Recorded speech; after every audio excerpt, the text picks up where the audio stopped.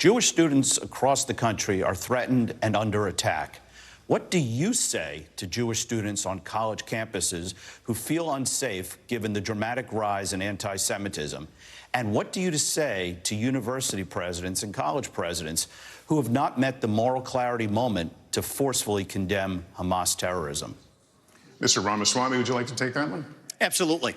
I think the scourge of anti-Semitism across this country, including at places like my alma maters and places like Brooklyn Bridge in New York, it's sad to see, but here's what history teaches us.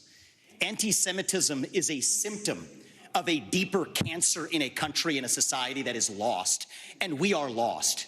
Several years ago, when I wrote my first book, Woke Inc., I was talking about they were chanting death to America.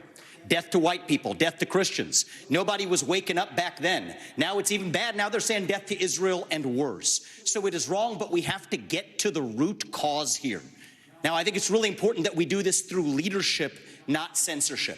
Leadership means fill that void with purpose and meaning. Dilute this wokeism and anti-Semitism to irrelevance. These kids, they have no idea what the heck they're even talking about when they're siding with Hamas over Israel. They are fools. But I also want to caution here, if we go the direction of Ron DeSantis or Nikki Haley, with whom I respectfully disagree on this issue, pro-censorship, telling student groups to disband, mark my words, soon they will say if you question a vaccine and its side effects, you're a bioterrorist. Soon they will say that if you show up at a school board meeting, you're a domestic terrorist. Soon if they say that J6 prisoners should be released, you're an insurrectionist terrorist. So that's where this road ends. We don't quash this with censorship because that creates a worse underbelly.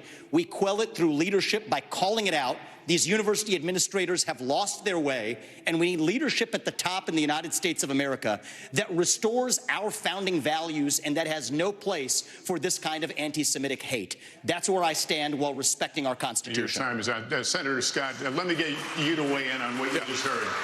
Well, let me just say to every single university president in America, federal funding is a privilege, not a right, number one. Number two, to every student who've come to our country on a visa to a college campus, your visa is a privilege, not a right. Number three, any campus that allows for anti-Semitism and hate, to allow students to encourage terrorism, mass murder, and genocide, you should lose your federal funding today, period. To all the students on visas who are encouraging Jewish genocide, I would deport you from those campuses. We have to stand strong with our Jewish Americans. At the end of the day, we should not have our Jewish students in a library being told to hide.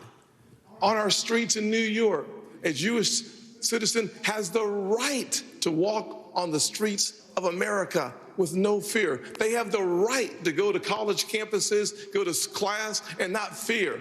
We will restore that. I started working on anti-Semitism on college campuses in 2017 because even then there was a rise of anti-Semitism on college campuses. We must force the people off those campuses and Senator frankly, Scott, thank you. Let me out of our country. Let me turn to the Governor DeSantis here. What do you think about what he just said? I was the first presidential candidate to say, if you are here on a student visa as a foreign national, you're making common cause with Hamas, I'm canceling your visa and I'm sending you home. No questions asked.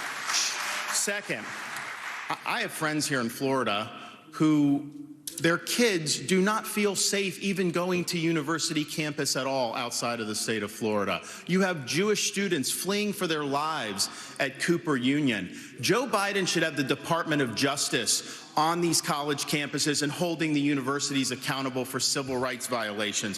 When you should not have money going to these places. I already acted in Florida.